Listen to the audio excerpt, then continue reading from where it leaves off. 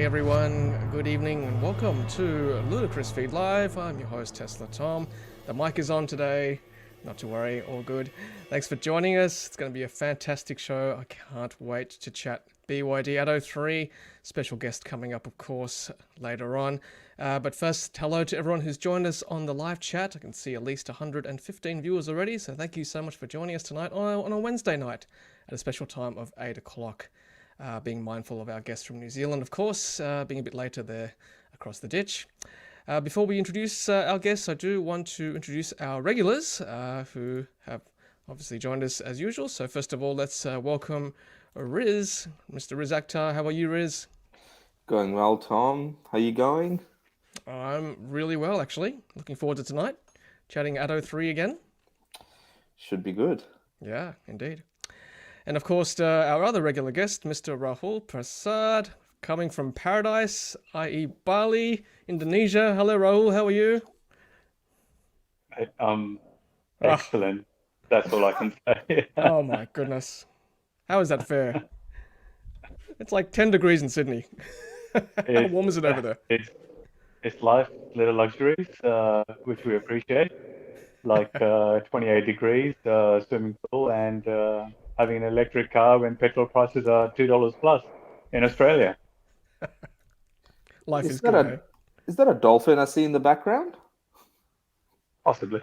No, what, the BYD dolphin? Shark. Yeah, that's right. No, we're glad you enjoy it, Rahul. Well deserved. Thank you. It's great to see. All right, well, let's introduce our guest for tonight. I want to introduce Tricia Hudson from New Zealand. Hello, Tricia. Hi Tom. How are you? Very well, thanks. Thank you so much for joining us at this very special time. Hopefully it's not too late for you over there. It's all good. It's all good. Still early, really, for me. It's fine. Good. Excellent. Look, for those who don't know, we've got Tricia on tonight because she recently did a test drive of a BYD Atto 3 right-hand drive over on her part of the world. And of course, we're going to go through her experience tonight. And those of you watching on the live chat there, make sure you leave comments and questions for Tricia. I'm sure you've got many, especially Aussie mates here who haven't got a car yet for now, but I hear some good news in the pipeline for Aussie BYD Atto 3 holders. So stay tuned. Got some news coming up as well later on. But first, let's cross over to Tricia and we'll get her point of view. So Tricia, you posted a very nice post on the BYD Atto 3 New Zealand group, for which you're one of the moderators or founders, I believe, as well. Yes. Funny actually, because I started that group on the same day that Ross, the other admin, started the group. And then I said to him, can you just come over to mine? He's like, no, I've already set it up. Come over to mine. So anyway, long story short, it's his one, but it's our one. Yeah. Okay. Yeah, that's all good. We went from, I think the day I posted my review, we had about maybe 250 members. We may have 550 now. Wow. So I think that was Saturday. So we're Wednesday today. So bit of traffic there. Yeah. Congratulations. Yeah, it's been viewed nearly 7,000, up by 7,000 people, I think. Yeah. Wow, that review of yours? Yeah, the post reaches 7,000, just about. Oh my goodness. Yeah. Wow, that's great. Congratulations. That's the kind of influence you have over there. That's fantastic. Well, yeah, Sorry, go ahead. No, I just wish I put a bit more thought into it, because I kind of did it on the fly, walking around. Just after my test drive, I was like, gotta get this down. Might be a few spelling mistakes maybe, but the points are there. Yeah. No, look, I think they're the best kind of reviews, right? Off the cuff, just get your thoughts on paper straight away. Don't mull over it too much. First impressions. Well, if you wouldn't mind, I'm going to read some of your review to our audience who haven't seen it yet. So I might put that up on the screen here. There you go. That's your review on your Facebook group there, BYD Atto 3 New Zealand. Just make it bigger for everyone. So just feel free to interrupt anyone, Riz, Rahul, and Tricia, while I read this if you want to add some more. So here we go. Tricia Hudson, 4 days ago. Spoiler alert, instant torque not as expected. Here are my notes. Lots of pics and vids. Grab a Cupra. I'm comparing it to an MG Mark 1, which will hopefully be useful to people who are deciding which car to get. As I walked up to the car, I couldn't help but notice how good it looked. Nice shape, clean lines. Love the side profile. Classy front and back. Cool lights too. Very Merc EQC from the back. You don't even notice the Build Real Dreams badge at the back, which I actually love. Full bar driving lights between the headlights, full bar red light at the back when lights are on. Indicators go from one end to the other, like the Audis. Pretty. Lifted the bonnet, saw the coolant for the battery. There's a squarish empty space in the center. Dealer says a frunk accessory is coming soon. Won't be huge, but could be useful. There's a manual charger release under the bonnet, and we've got some pictures as well later on, in case the charger gets stuck. I know in the MG, people have had to disconnect the 12-volt battery to release the charger, not in this case. Boot space isn't as big as the MG. It looks the same width and depth, but I think it's shorter in height. The Atto 3 has a more sloping back windscreen. I think that's where it's lost its 30 litres of boot space, plus the back passenger space is slightly bigger than the MG. Atto 3 has a longer wheelbase. No hooks for shopping bags in the boot, just one small light in the left side. The back of the passenger seats were a bit wrinkly, just like in Richard Edwards' review. Dealer didn't know why. As soon as I got into the car, I could feel the good quality build. It's better than the MG. Felt less plasticky, although it still has plastic components. Sort of felt more soundproofed too, if that makes sense. Interior design is polarizing. I hated the photos, but don't actually mind it in real life. There's 3 colors in the theme, blue and cream with red trim stitching. Try my best not to notice those blooming guitar strings, but they are there all right. I guess they could actually be quite practical if you wanted to store an irregular shaped object in there. That's a good point. Second thing I noticed was the small 5-inch dash. It looked and felt really small, but it shows all the data you need. It's not hard to read, so all good. While the rear vision mirror is quite good, the back windscreen is pretty small and short slanty, so the view is somewhat limited. Good, get used to using those cameras. All the seats are comfortable. We were in the car for just under an hour with the whole fam, 2 adults, 2 kids. No complaints from the kids. They said it was more comfy than the MG. Hey, that's a good endorsement. Middle back passenger seat has a small headrest. The 2 other seats have bigger and soft headrests. There's also an armrest with drink holders, 2 reading lights at the back for the passengers. I think you can touch it on and off and to make it brighter. This is from my 10-year-old, so it might not be accurate. Didn't test it myself. I'll just point that out, actually. The dealers just confirm it doesn't actually dim or brighten. When you touch it, it dims to off. And then you touch it again, it goes from very dim to on. So it doesn't actually go, you can't actually set it to a dimmer setting. It's just a one setting, but it's just touch it on and off. Okay, so all or none. No differential lighting. Yep. Yeah. Okay. Both driver and passenger seats have electronic controls. Didn't test the heated seats. It's easy to get in and out of the car. It's quite high. It didn't feel as high as the MG, but still fine. Driver's seat is comfy, but does not have a lumbar adjustment. It was perfectly fine for me. Hubby's 6'1", so it was very comfy for him. I like the center console, which has proper buttons and knobs, driving mode, regen, radio volume, aircon, on and off, blind spot, auto brake hold, etc. Love the volume adjuster, which is a proper dial up and roll down. Indicators are on the right, okay. Left for the MG. AC aircon setting is in the steering wheel too. ACC, that's cruise control, isn't it? Active cruise control. Settings in the steering wheel too. Didn't get to test the cruise control, unfortunately. Next person to test drive, can you please check if regen works? Infotainment is very responsive, no lag like the MG. I set it to the brightest level due to the sun, but it was still quite hard to see. Could be brighter. MG has better brightness, but it's smaller, and I'd rather have a fast responsive unit. The car has many cameras, so you get lots of different views on the infotainment screen. Love the bird's eye view, not in the MG Mark 1, but is in the facelift. Images from the cameras are very clear. Dashcam is very clear too. Need an SD card for recording and storage. Didn't hear the parking sensors boinging. They must have been set to off. You don't really need them with the multitude of camera angles. Set the pedestrian alert noise to the lowest level. To me, it's still pretty loud. It's a humming sound. You can change it to a violin type sound. I prefer MG's sound. Speakers are great once you customize the equalizer. Tested it with some deep beats courtesy of Fat Freddy's Drop. Impressive. Goes very loud too. See separate posted video, which we've got as well. Wireless phone charging worked a treat. Bluetooth connection fine. Road noise at 50Ks and 80Ks is very good. 100Ks, there's some noise from the tires, but surprisingly it's quieter than the MG, which has Michelin's. 120, 110, it's still quieter than MG. That's good. I guess the Atlas Batman tires are actually okay. Didn't go over any potholes though. Lucky you, you've got plenty here in Sydney. Not as many air resistance noise either as compared to the MG. Atto 3 does look more aerodynamic. Aircon is okay, quite powerful, but I think I prefer the MGs. It's good that you prefer the MGs, actually. I think there's a few viewers of ours who've got MGs, so that's good. Maybe it's maybe because the vents are set lower, aren't on the dash. We did start fogging up a bit after about 30 minutes, even though the setting was allowing fresh air in. Not sure why that was. Sunroof opens all the way back, has the insect and windbreak almost the same as MG. Sunroof shade is very dark and looked almost solid, unlike the MG, which is light beigeish and perforated. Car I drove had done 340 Ks, efficiency 7.2 kilowatt hours per 100 kilometers.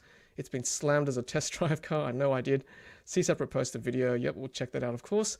There were 4 people in the car, so it wasn't that quick. Region settings, only 2. Okay. Lower setting felt like driving an ICE car, just coasting. The higher setting felt like Region 2 on the MG. It's mild, no one pedal driving here. Now the bad news. Instant torque is not amazing. MG is better. Okay. Even in sport mode, I don't think I'll be burning off any boy races at the lights in this car.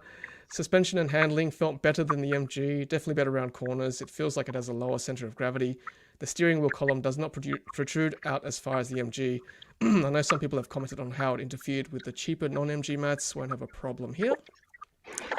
Overall, I really like the car, and I think it represents great value for money, and it's definitely a step up from the MG. By the way, the car I drove is not white, it's silver. So this one here is silver. Sorry, it is white? No? It's actually white. So when I test drove the car, the information hadn't got to the dealer yet. And the dealer said to me, it's actually a silver one, you're not going to get it. Which was sad because I really love the color. And I said, I don't want the white one. I got a call later on that day saying, we've got the information through from BYD New Zealand. They're actually confirming that car that you drove is the white that everybody's going to get. So brilliant. Okay, I quite like that shade actually. That's good. It's actually lovely. You can see the different colors in the sun. Yeah, that's right. Okay, yeah, we'll check that in 1 second. I'll just finish your post. Dealers have confirmed the car in photos is white. Yep, they said everyone is getting good. Make sure you drive one for yourself. Excellent. Okay, well, let's put these pics up for us. So that's one shade in sort of darker light, and then... Yeah, you can see the driving lights going across the front there. Yep. Very nice. And I think they've quite cleverly, if you look where it sort of matches up and joins up to the bit where it goes up, there's a little gap there, and then they've got like 3 more gaps to make it look, I don't know, patterned, purposely patterned maybe. Yeah, nice. Yeah, but it looks good. Yeah, no, I agree. And then in the different light, it's sort of more, I guess, more white again. Interesting. Isn't it? In the sun, yeah. Yeah, that's good. And that's the sunroof. Oh wow, goes all the way back. Nice. Mm-hmm.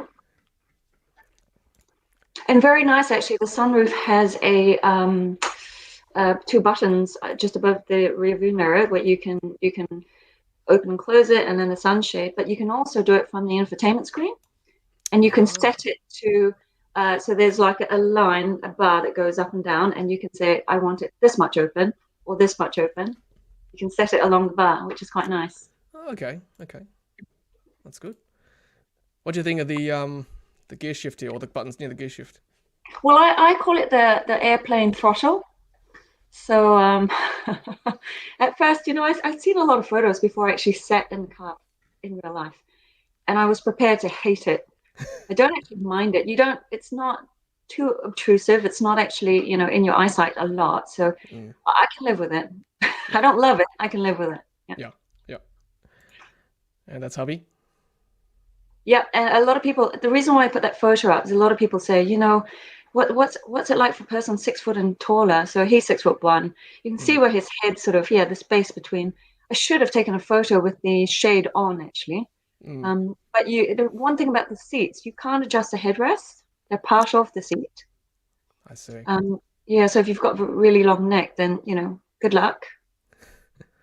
Yeah. I don't know. I mean, a lot of the modern cars, you can't adjust the headrest anyway, I suppose. I just don't think we can in the Teslas, can we, Rez and Rahul? No, I don't think so either. Yeah. You can in the MG.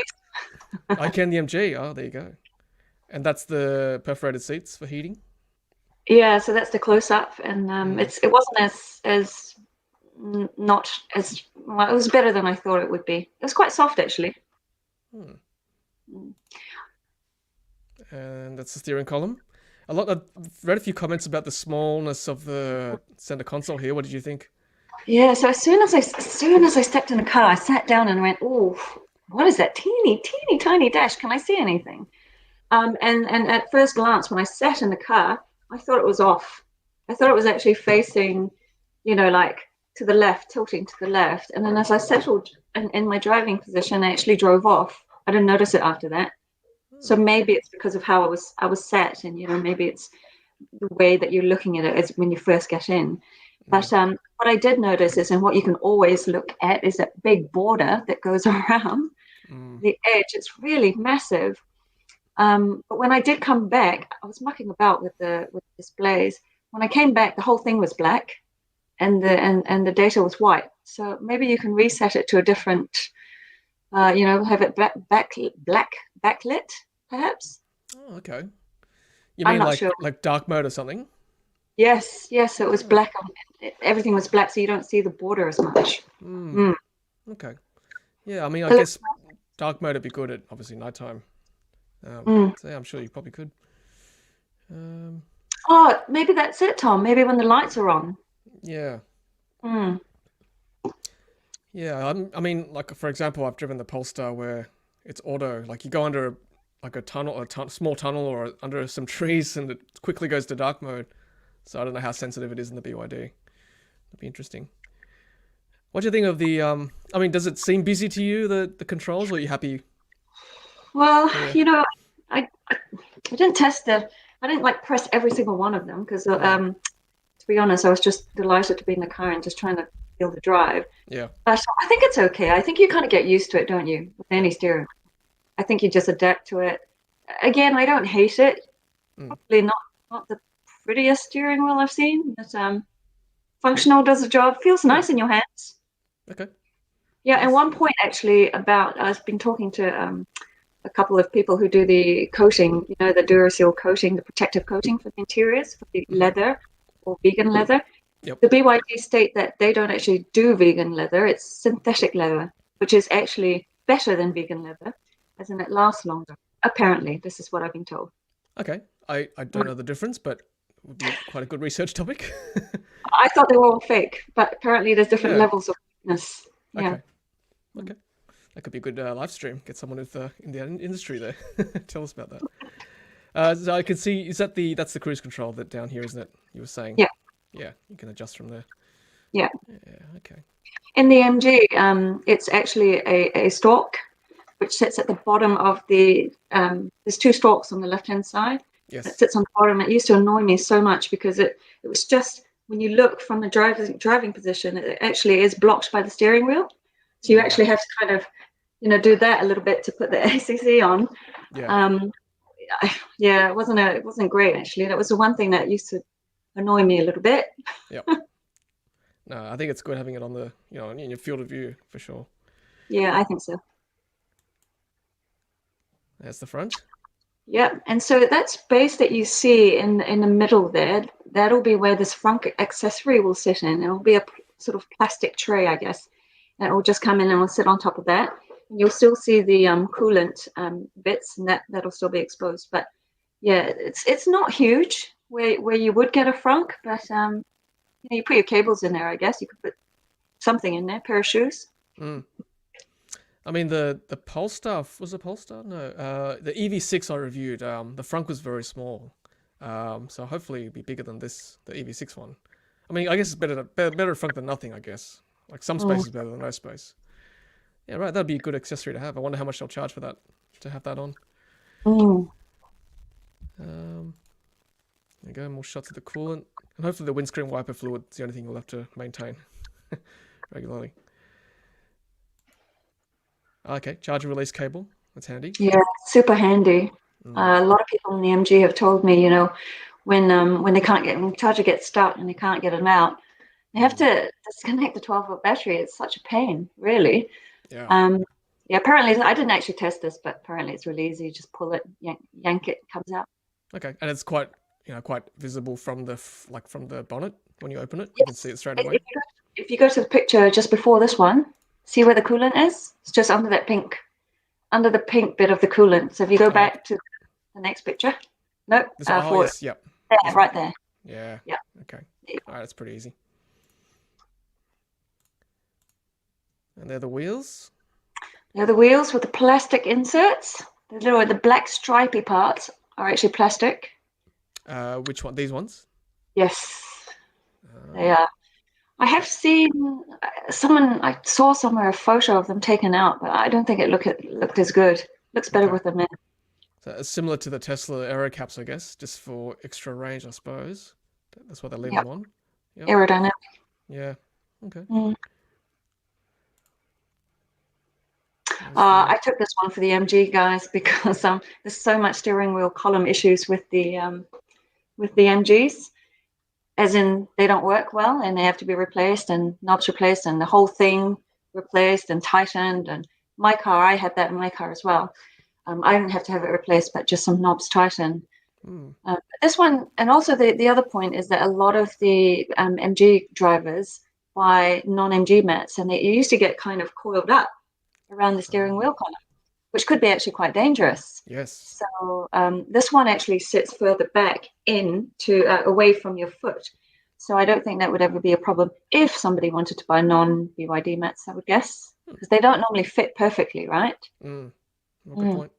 I should know too that this group of yours, the New Zealand BYD Atto 3 group, is a public group, so that's why we're able to share these photos, of course, tonight. More shots of the... That is a photo of the suspension in the back behind the driver's side. And I just took that photo because I thought, I'll have a look at the coils, but there weren't any. So if there's a mechanical engineer watching, can you tell us what that is? Proprietary. Yeah, secrets. Comment. That's right. I see. I quite like this center bit actually. I'm seeing that more and more in new cars, and obviously BYD's gone that way as well. Do you like having this extra storage? Obviously, having a family in tow, storage space. Yes, that's quite cool because we had that in the MG as well, the lower shelf, along with the USB-C and USB ports. It's quite good, and it's also sort of really handy if you're nipping out and you want to keep your wallet or your phone in the car. You can put it down there. It's kind of out of view as well. Yep. Nobody can really see that. So it's just a little handy shelf, really. That's covered. Otherwise, it's a waste of space because it's not going to be used for anything else. Yeah, good for takeaway too. Oh yeah, center console. Yeah, that's in the center. Yeah, it's very, very deep, very deep. Like I probably should have put my hand in it to show everyone how deep it was. Yeah, looks deep. Good for storage. Now the controversial guitar strings.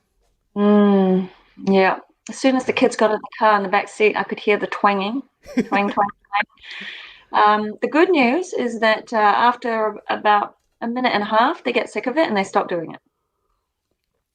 I wonder whether you can tune them. Yeah, you probably tighten the tension, maybe. But yeah, you could probably store something in there that's not, of a nice flat shape. You could probably store something that's slightly wider and it'll hold it in. That's the only good thing I can think of.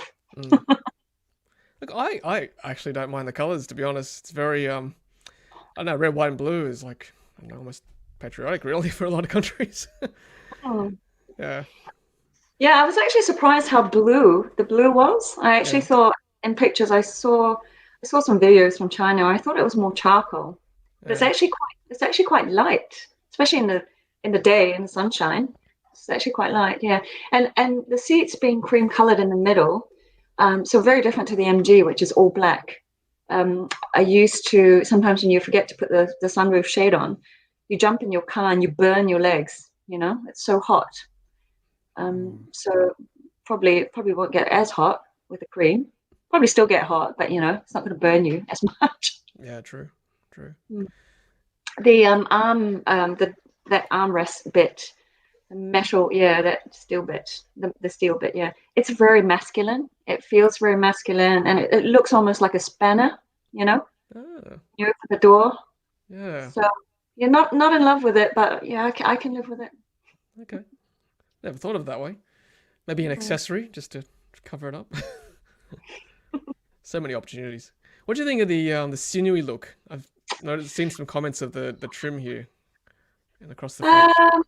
I think it would look really good in the night because in the night you put the mood lighting on, and where it comes out, where the light comes out, it's just a strip light that sits just on top of that sinewy bit on the door. So it shines down. And if it shines down, it's going to reflect off the dents, and off the lines and the grooves that are in the sinews of the cream part. So it'll look really pretty, but it's not my favorite. Okay. Not my favorite. No, it's soft. No, that bit's a bit harder. The other bits are soft. Yeah. Okay. I just wanted to ask actually with the seats. When I first saw them in Sydney like a few months ago, I thought immediately, oh, they must be ventilated. Are they ventilated? Do you know? I don't know. I didn't test it, and I didn't ask, and I Hmm. should have actually. Well, Um, Scott McGregor's he's saying the seats are ventilated. One of the comments here. oh, what are they? Yeah, well, I'll have to double check that, I guess. You're But probably right. Well, I hope they are because that would make them really, really comfortable. In the summer, that'd be great. yeah, Mm. they're perforated, so it may be possible. I don't know. Have to check. Maybe Scott can clarify. Yeah. Scott, I'll double check with Hmm. a dealer later on. Let's show that video that you mentioned earlier. Let's have a look. See if make sure the audio's turned up. Here we go.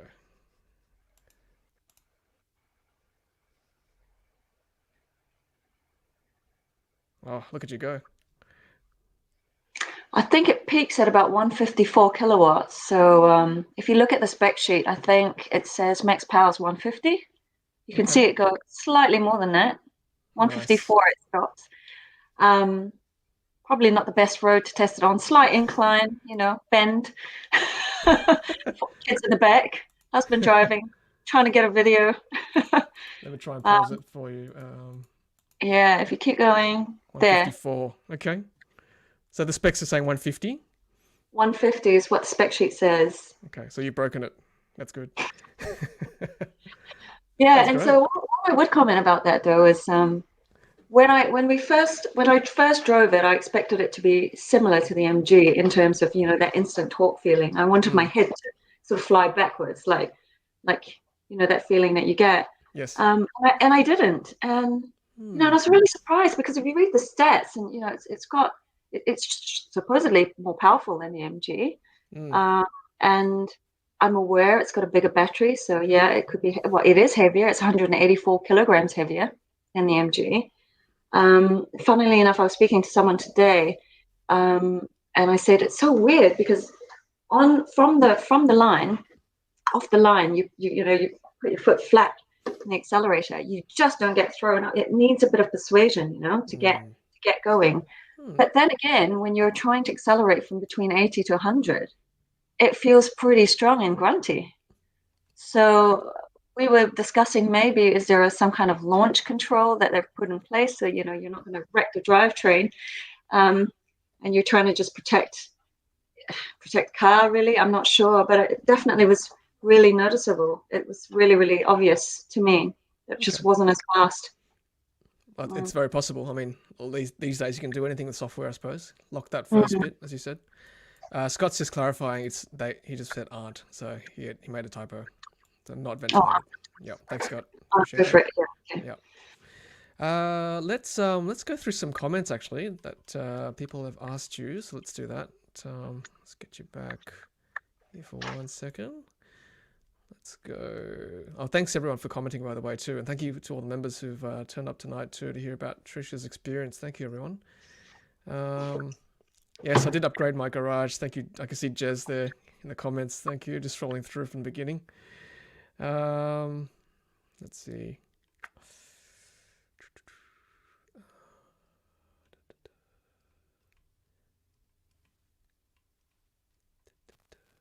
Sorry, everyone, we're just scrolling through. Roland, Riz, if you see any comments there, let me know. We can put up. Yeah, but I think someone asked around potholes around I guess, where you test drove the car, Tricia.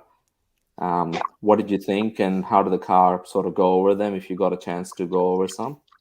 Didn't go over any. I did say in my review I didn't actually, but we were in the Waikato, which is quite a rural area, and even that test that you saw from 0 to 100, you could see it was quite rural, right?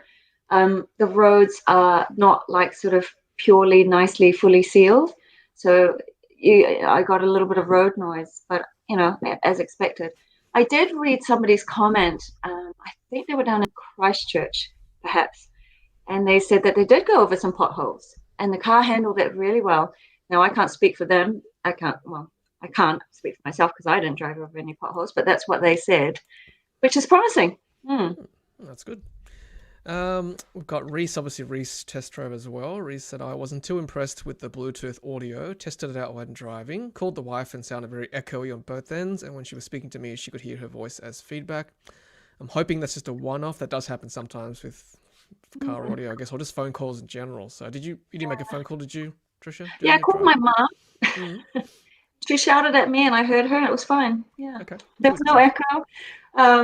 Thank goodness, because she was shouting. It was actually fine. So yeah, I understand. Sometimes it does. I still get that. With my MG, I got that sometimes, and sometimes I didn't. I think it's the spot that you're in, maybe, and Yep. many factors, right? Correct. Yep. Yeah. Hopefully, it's not a persistent thing.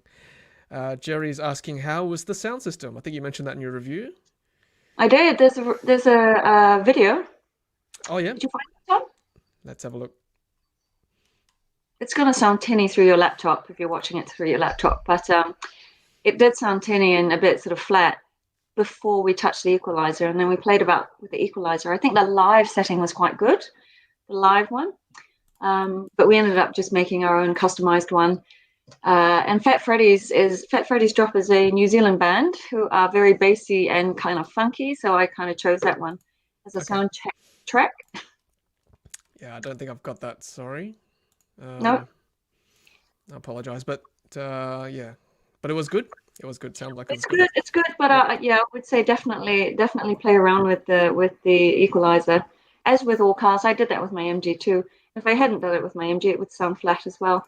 The speakers are in the rotary handle things. Yep. It's kind of odd because when I first got in the car, I thought, oh, it's going to be pointing. It's kind of pointing that way. Am I going to hear it? Is it like 360? Normally they're kind of flat and round, like a bowl. But these ones kind of stick out, and I thought that's a bit tubey. But it was fine. It was fine, and it was really, really loud, really loud. So you're saying it's in here, this thing? Nope, it's in the door handle. Oh, I see, the door handle. Yeah. Which is quite interesting in itself, the door handle. It is. I actually do have a video of it. I didn't actually post that, but it's actually. I find it in a little bit of an awkward position. Yeah, no, it's okay. Yeah, I think you can see it. You saw it a little bit here. Yeah. There it is. You can just see it on the edge of that photo right there.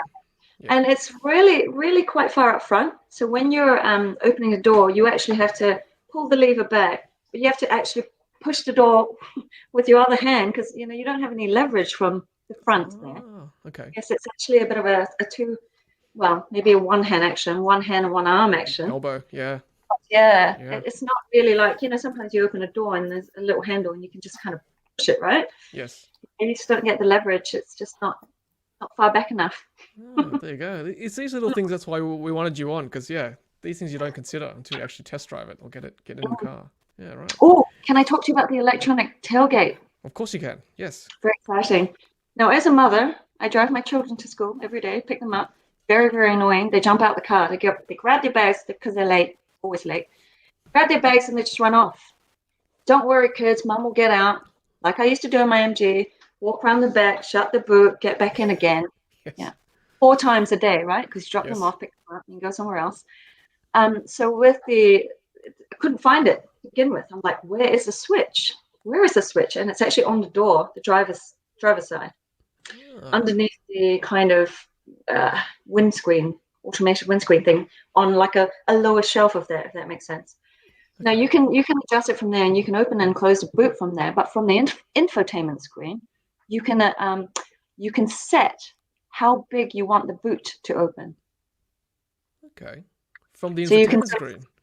From the infotainment screen. So you can say, well, maybe you're in a low garage or wherever, and you don't want to hit your boot onto the roof. You can open it halfway.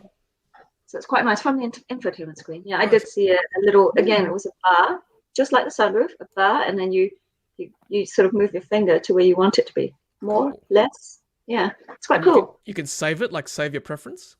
Well, I don't know. I didn't test that, but I know that you could. I'm kind of thinking that once you set it there, it's going to be that. Yeah, surely. Yeah. I would think so. That's common sensical, I think. Yeah, cool. So, Tom, I think the Teslas have when you open the boot, you can press the button and set the memory, and then I think it will remember to open only that far up. So I think it would be similar setting, but infotainment screen, that's pretty cool. That's high tech. Infotainment screen. What I'll try to do is I'll get my dealer to do a video of it, and I'll post it up. Yeah. Yeah, that'd I'm be pretty cool. sure that I'm pretty sure that once you set it, surely it must just stay. Yeah. Yeah. Oh, that's good. Yeah. That's So important. I don't see the same sort of setting on the physical switch on the door. That's something to test. Yeah. Scott's provided info again. So 8-speaker sound system. Just need to play with the EQ settings from what I'm told to get the sonics right. He also says extra weight in the battery provides great center of gravity over the MG. Yes, definitely with the handling. So I tested it over some quite tight corners, 90-degree corners, quite fast when the children went in the car. It definitely felt grippier. It definitely felt less rolly. These are really good technical terms I'm using, aren't they? It's good. Um, We know what you mean exactly. yeah. And I think because, with that extra weight, it's carrying 184, extra kilos than the MG. It's actually like really grounding it. I did really feel it. It was really, really noticeable. Cool. Well, do the front seats recline? I presume they do. Yep. Yes, it is a 6-way adjustment for the driver and a 4-way adjustment for the passenger. Both electronic, yeah. Nice.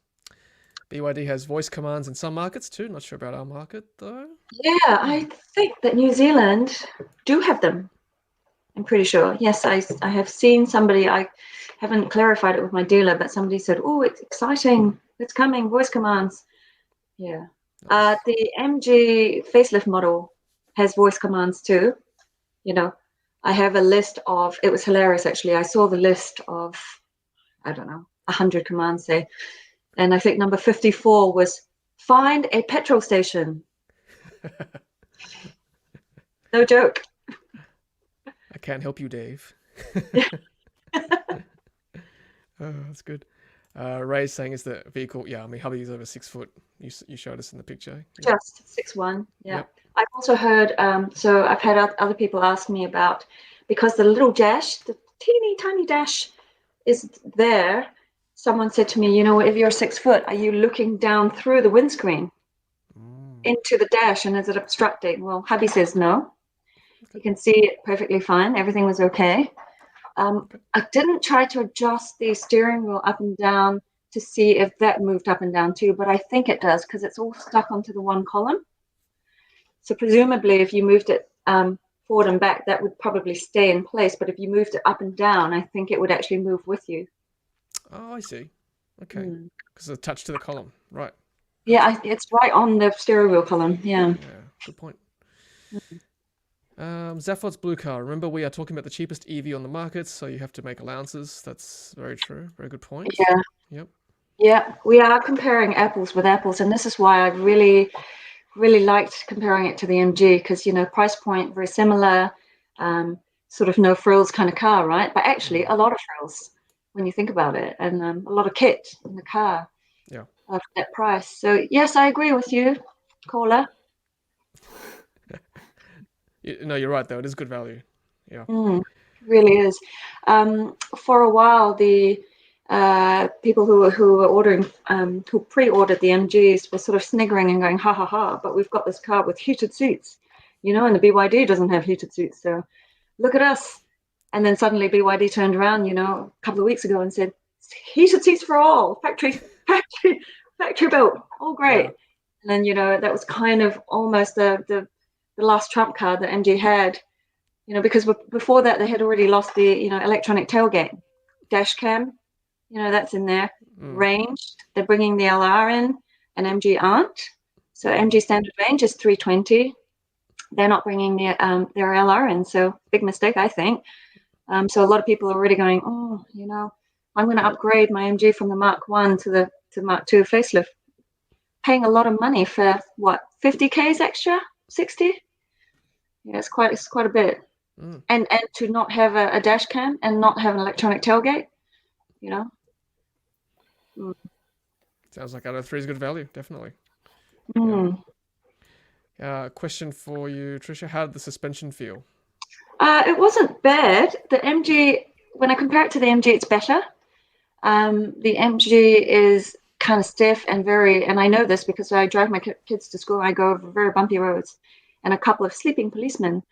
and it's stiff and hard. But with the Atto, I felt that it was a bit more comfy, a bit softer. I didn't really test it on any speed humps or anything like that. I wish I did. I was driving around trying to find some, but I couldn't find any. I think just with the 30K that I drove, it definitely felt better. Yeah, I do understand that BYD haven't tuned it to New Zealand roads, and I think it's the same for Australia. I don't think the suspension is going to be changed from the China version to the Australian and New Zealand market. I believe. Did you hear that, Riz? Well, we haven't really seen any right-hand drive cars here, so they can't possibly be test driving any. I doubt it. Just on the tuning of suspensions and test driving, I actually spoke to the MG Australia people today around a possible launch of a new hatchback, the MG4. Yeah. And while I was talking to them, I sort of looked into the car a bit more. Apparently in Europe, they've done 120,000 kilometers worth of testing to fine-tune that car for their roads. Wow. So you would think that, I guess, either BYD's maybe they already come factory tuned because all the designers and engineers used to be ex-Mercedes and Audis and all the rest of them. We know how to design cars in Europe, so we're just going to tune them according to that. We don't need to do testing. But you never know. I think it would be a very interesting test drive, which obviously 1 out of 4 of us have done it. That's right. Actually, to pick up on your point, Riz, someone in the MG Australian page, and Scott McGregor, you can probably confirm this, but I saw a post today of somebody who took a photo. It must have been on a state highway, but it was a car that had been, what's the word for it, when they disguised the car? It was wrapped in black and white. Yes. Pretty sure it's the MG4. Pretty sure. Looked very similar. Very telling, side mirrors, and the back was very, very similar. Anyway, yeah. I think it's very close, but it looks good. It was close, and the only thing that sort of threw me off was the rear lights or the tail lights, because the tail lights on this car were round, and all the European ones look like the new, I guess the new Kia Sportage.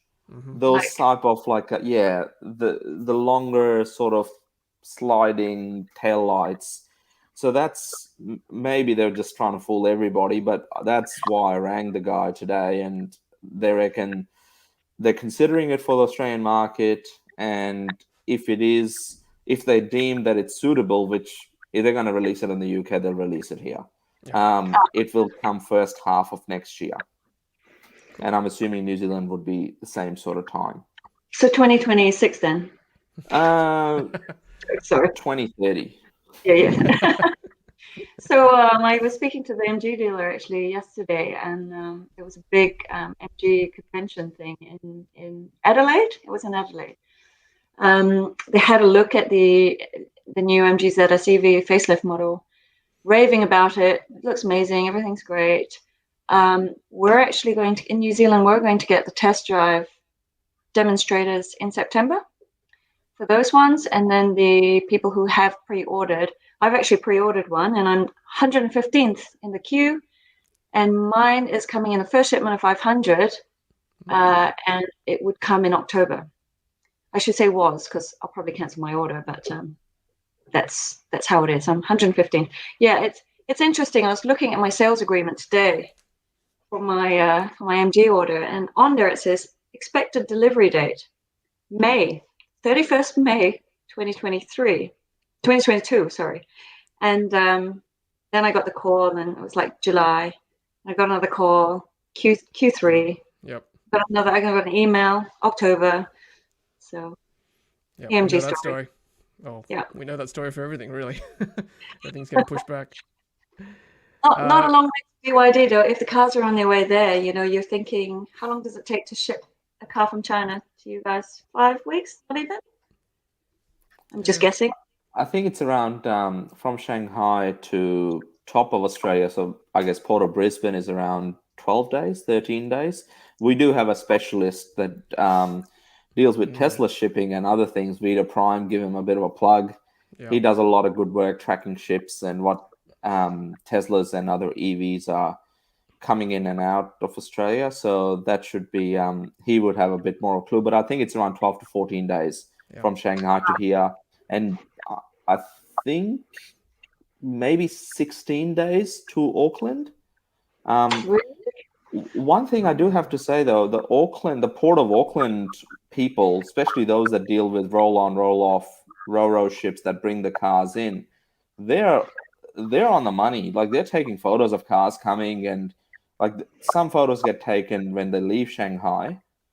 So I saw 1,000 MG4s in one of the articles head towards Europe for their September launch. But Auckland guys, they were spotting the BYDs when they landed and sort of, and as they come off, go on to the transporters. Here we don't have to do that. Well, here we don't do that. And you've only got poor Riz running around behind trucks taking Tesla Model Ys and other things, which I'll continue to do for Ludicrous Feed and all the audience as the first batch comes into Melbourne. Yeah. Good man. Get your running shoes on, Riz.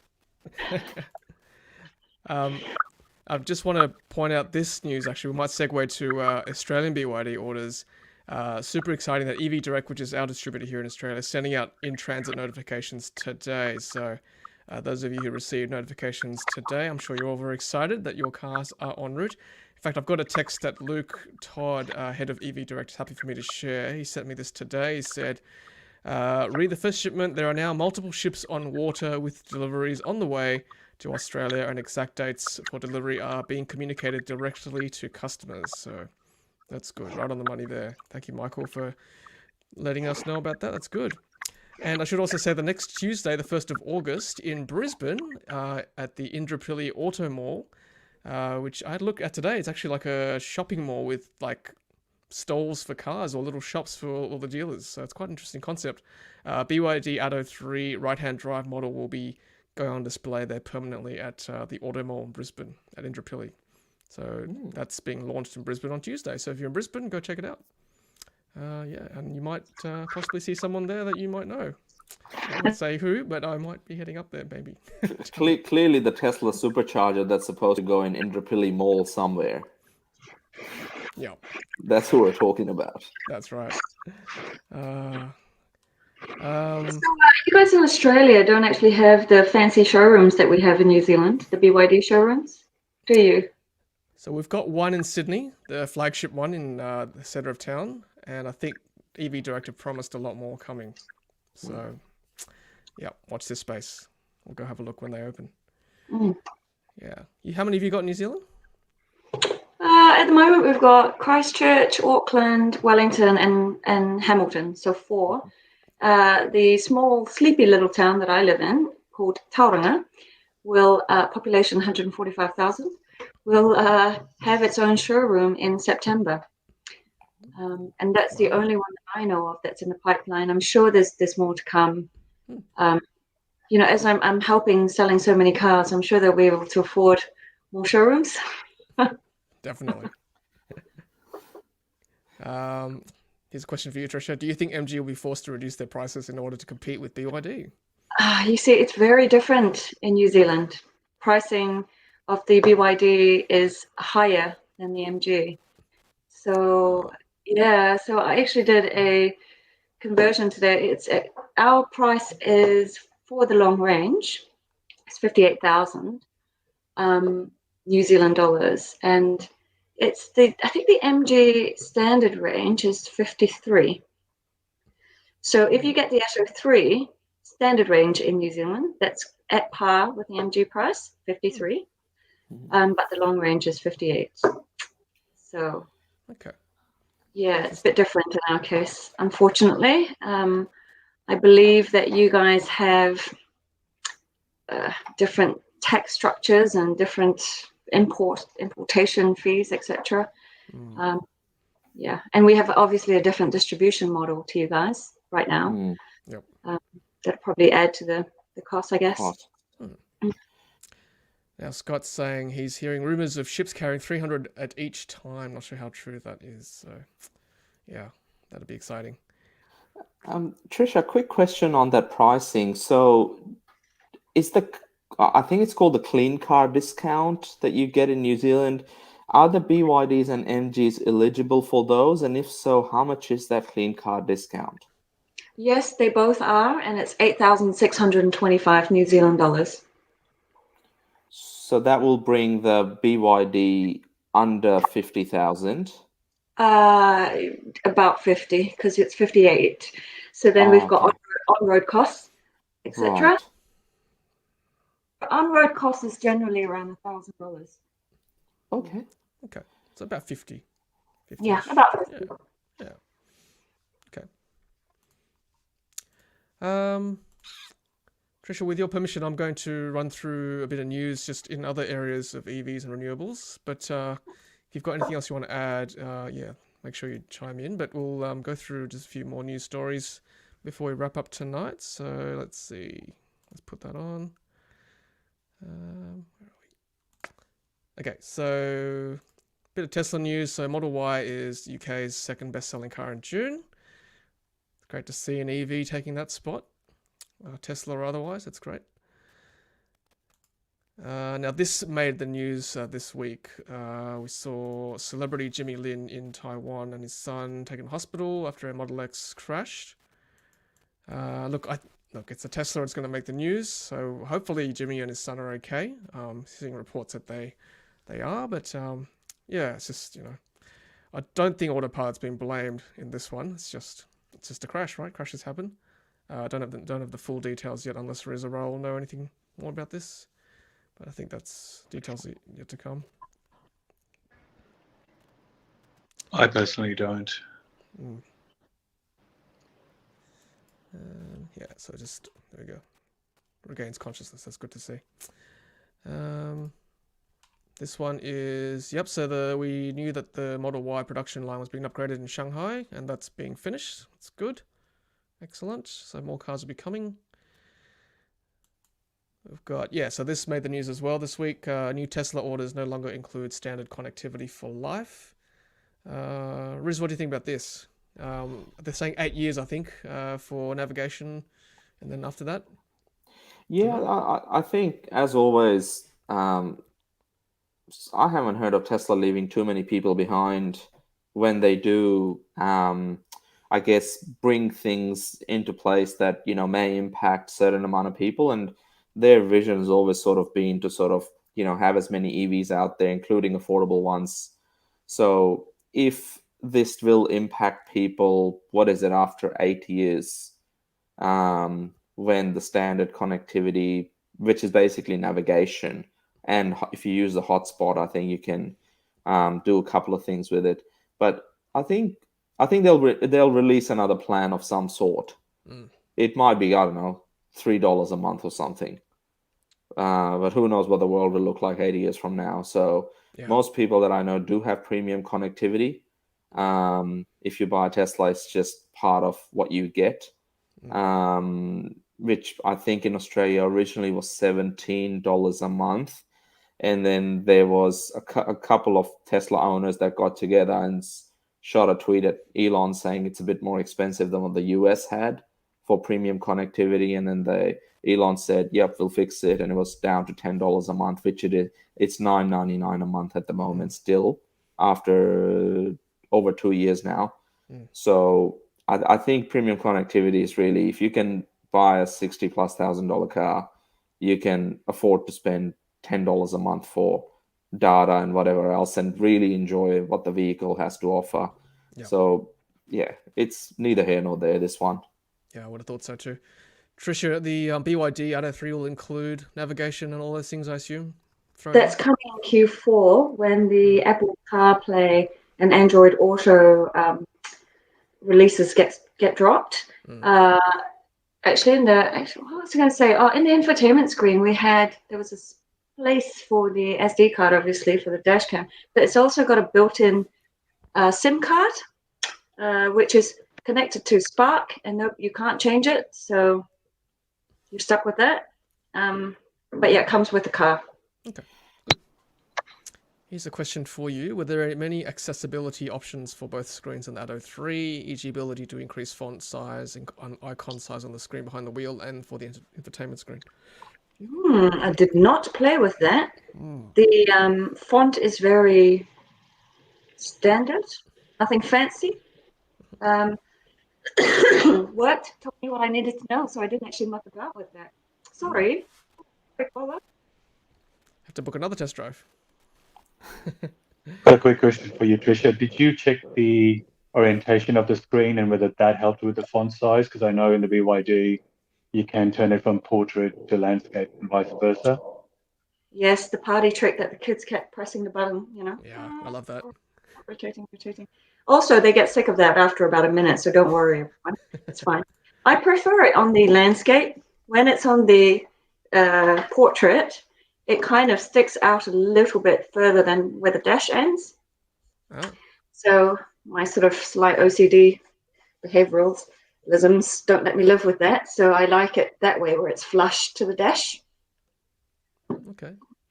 That's a good point. That might affect viewing, I think, or vision. If you have to look over the screen, maybe. I've read subsequent reviews. Some people like it in portrait, and it doesn't affect the viewing. It doesn't stick up that much. I mean, I'm really exaggerating. Okay. But what I did like is when it was in portrait, I liked the split screen function. Okay.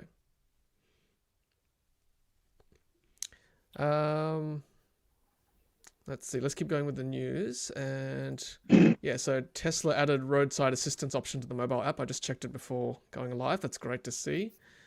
Hopefully, I won't have to use it, but that's good. You can call someone out from your phone. So Tom, just quickly on that one, how does it work? I guess I'm just looking at Tech AU's post here. Yeah. Look, if you've got a flat tire, drivability concern, I guess you can log it.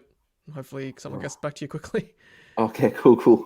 So it's not like one of those NRMA or RACV sort of roadside assistance calls. Is that what the intention's supposed to be? Like a robocall? Oh, I mean, like, if you get broken down, if you sort of broken down side of the road, then RACV sends out a truck or whatever, or like a little van to help you out. Yeah, I don't know, actually. Roadside assistance, is that what this is? Anyway, we'll I think it's investigate going more. to depend. I think it's going to depend where you are with. Pardon me. I think if you're in, obviously, Greater Melbourne, you would obviously get Tesla roads to help you out with it. But I think if you're in regional, they will probably route that through a local RACV or NRMA. I would think so. And rather than having to call, I guess it gives you another option as well. If for any reason you don't have mobile coverage, you obviously got the app as well to fall back on. Then I guess I've never actually used. Well, I've had to call them once for a flat tire, but that was like late at night. They would have sent a tow truck out, so I think I used a third party in the end. You want a tow truck? I have called roadside assistance. Got stuck at Horsham Charges on a 40-degree day where the Tesla supercharger plug got stuck, and I had to call roadside assistance, and they talked me through manually pulling the plug at the back of the boot to unhitch the supercharger plug for my car. Yes. So they are available 24/7. That's good. As we know from the Atto 3, you can pull it from the front or the bonnet. That's good. Good to know where that is actually in your EV, no matter what you drive. Cool. That's roadside assistance, and yeah, we might chat about this on another stream. Actually, we've got an ABC News article about people on lower incomes concerned about ACT's new electric vehicle strategy. So that's quite a deep issue. We'll talk about that possibly another day. And just some examples from overseas. Here's a street light with a charge point. Wouldn't you love to see that in Australia and New Zealand nationwide, hey? That'd be so good. Being able to plug your car in when you park. Yeah, I'm a massive fan of this. I mean, just Tom, just because I park on the street, particularly in my case, and I charge off the street. yeah, giving people who live in apartment building blocks and people with no off-street parking or garages the opportunity to park on street and charge with infrastructure that's already in place is going to be a game changer. Yeah, 100%. Agreed. And finally, today marks, well, this was today, 5:01 p.m., July 27th. So that's today. Today marks the 5-year anniversary of the first Model 3 customer deliveries. There you go. Amazing. 5 years has passed already. Pretty impressive, I think. Yeah. All right. Well, any final words, Tricia, before we say goodbye about the other three? Yeah, I just sent you that link to the sound check video if you wanted yep. to play that. I wanted to say one thing actually, and this is quite a big thing between the MG and the Atto 3, is that the infotainment screen is super responsive. When you're used to a very laggy, kind of small and 10-inch, right? 10-inch small, laggy infotainment screen, it's so wonderful to press something and it just changes straight away. You know, it's so responsive. It really is. What a joy. Yeah. Really. Yeah. Sorry, MGs. Sorry. No, that's what we're here for, to compare. Just lovely. I've got a couple of videos on. I've put up a couple of videos just to show, you know, how quick it is, and even like with aircon and turning it up and down, and it's quite quick to respond. Well, I mean, that's important, right? Using the car every day, it's got to work well. So I agree with you. And also with the camera angles and how many camera angles do you need? Well, a lot is the answer. So, well, you need them because the back windscreen is so small, so you get used to using your cameras, right? Yeah, it's really lovely, and also about the camera, the actual camera themselves, the placement, I think, is quite thoughtful. If you look at the front of the car and where the black plastic bits are, they're kind of placed in there. It's not very noticeable. It's kind of quite well hidden. I thought it was quite thoughtful where they were placed. That's good. I've seen the one in Sydney, and yeah, lots of camera angles. They're pretty high quality as well, like high resolution. Yeah, very clear. Yeah, you'll be able to see it on my group, also public group. Yeah, thanks for making it public. That's great. I've got your video here, actually. Let's put it up. All right, here we go. So, sound test, speakers are pretty good. Great beats courtesy of Fat Freddy's Drop, which is a local New Zealand band. So, let's put it up here. All right, let's do it.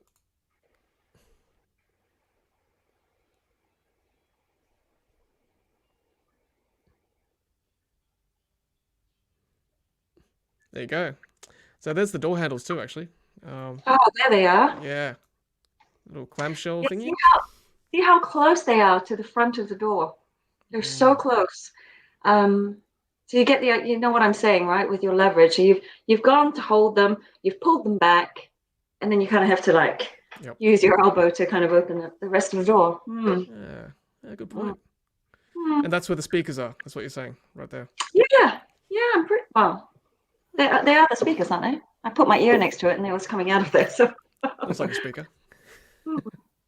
Yeah, cool. So you see where the cream color muscle thing meets the blue or gray, gray.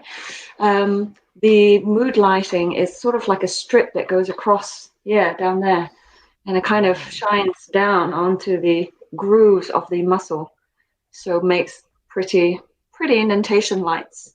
Yeah, highlights the muscle. It's purple, isn't it?